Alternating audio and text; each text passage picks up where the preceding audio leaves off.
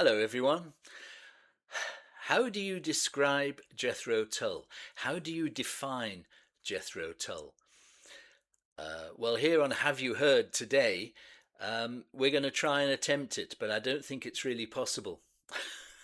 We're listening to the title track of Minstrel in the Gallery from Jethro Tull's 1975 album, where it quite clearly shows that you can't define them. Blues rock, pop,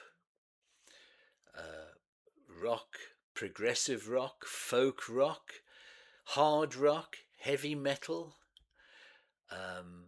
folk, countryside whimsy. I mean, all of these could apply, couldn't they, to this most unusual of bands. And today we're hitting a fairly well-known track. Of course, it's Minstrel in the Gallery. Gosh, it was upside down, but now it's the right way up.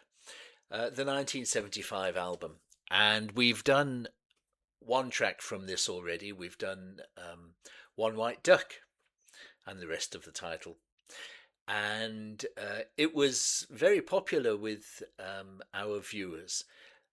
So I've kind of what's the Depeche Mode? Music for the masses. Dear, we've gone back to Minstrel in the Gallery, but we're going for the title track purely because I love it. It's so unusual. I felt in the mood for this track today. It's had some reviews on the reaction channels, not an overwhelming amount, but let's listen to it now and sort of revel in 1975 Jethro Tull. Right, here we go. Minstrel in the Gallery. My lord and lady, we have fortuitously happened upon these strolling players who will provide you with their conditions whilst we set about your... Yeah, it's better here. I can't see you down there, all right. I don't think they're going to like this much. My lord and lady, for your entertainment. The minstrel in the gallery looked down upon the smiling faces. He met the gazes, observed the spaces between the old men's cackle. He brewed a song of love and hatred, oblique suggestions, and he waited. He polarized the pumpkin eaters, static humming panel beaters, freshly they glowed factory cheaters, salaried and collar scrubbing. He titillated men of action, belly warming and still rubbing on the parts they never mentioned. He pacified the nappy suffering, infants bleating one-line jokers, TV documentary makers, overfed and undertakers, Sunday paper backgammon players, family scars and women haters. And he called the band down to the stage, and he looked at all the friends he made.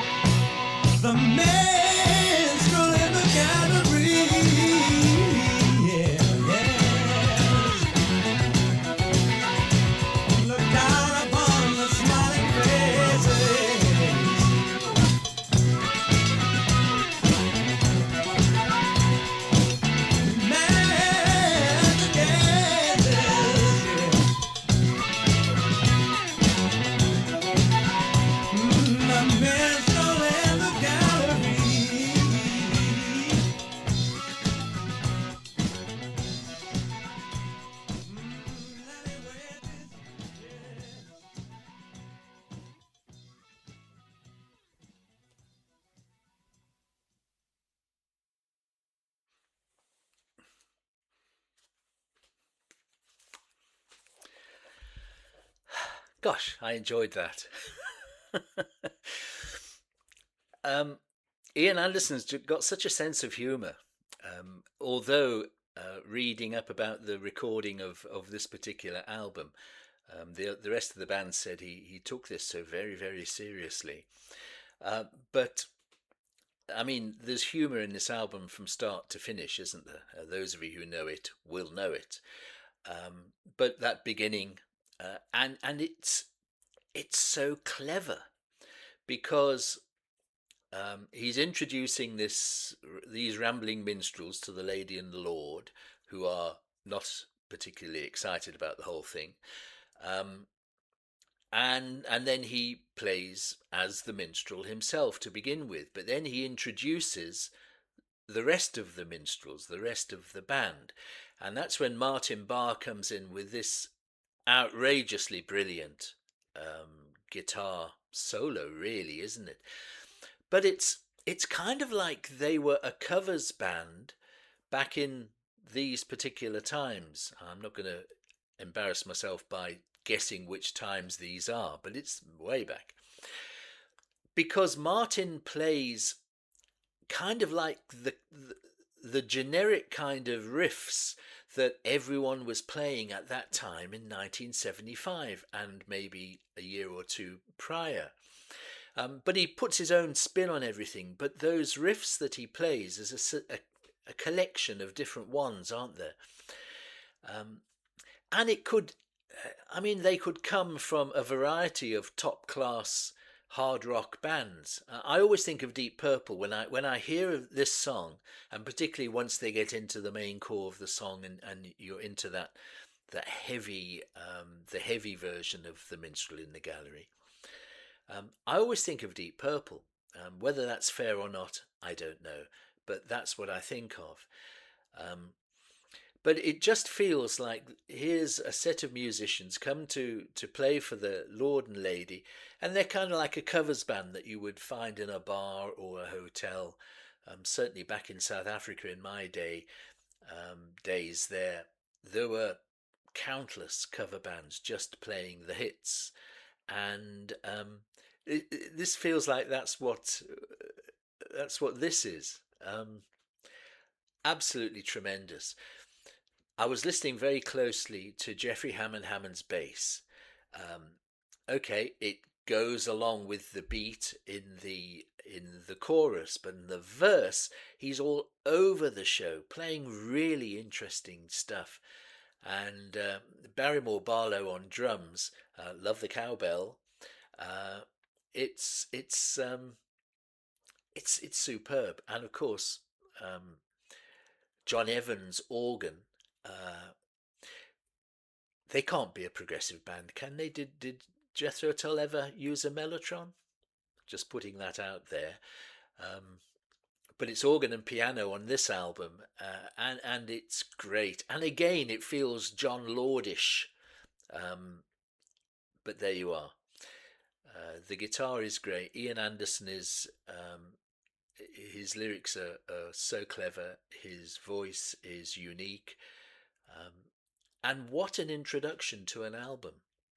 And it really creates the feel and it creates the concept as every song that carries on is introduced further. And I must just say that I'm really seriously now thinking about doing a series of reactions to epic prog songs. Anything over 10 minutes, I think, should count as an epic.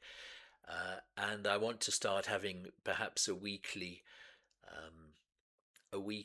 slot in the roster where we have a look at an epic. And Baker Street Muse on this album must be a contender for one of the early slots. It's absolutely wonderful. Such beautiful music on it. So there we are. It's Minstrel in the Gallery. Did better in the States than it did in the UK. Number 20 in the UK, number 7 in the States. But of course, by then, Tull were a huge band in the States. And I think a lot of our American subscribers are Jethro Tull fans. So I hope you enjoyed this particular video. Please like and subscribe if you haven't yet. There'll be videos coming out every day. That's what we do. And we will continue to do that for as long as the channel grows, and it is growing at the moment, so thank you. Comments down below if if you have anything you want to talk about. I love reading the comments and I respond to as many as I can. So thank you very much for spending time with me today. There will be another video out tomorrow, so I hope to see you then. But until then, cheers everybody.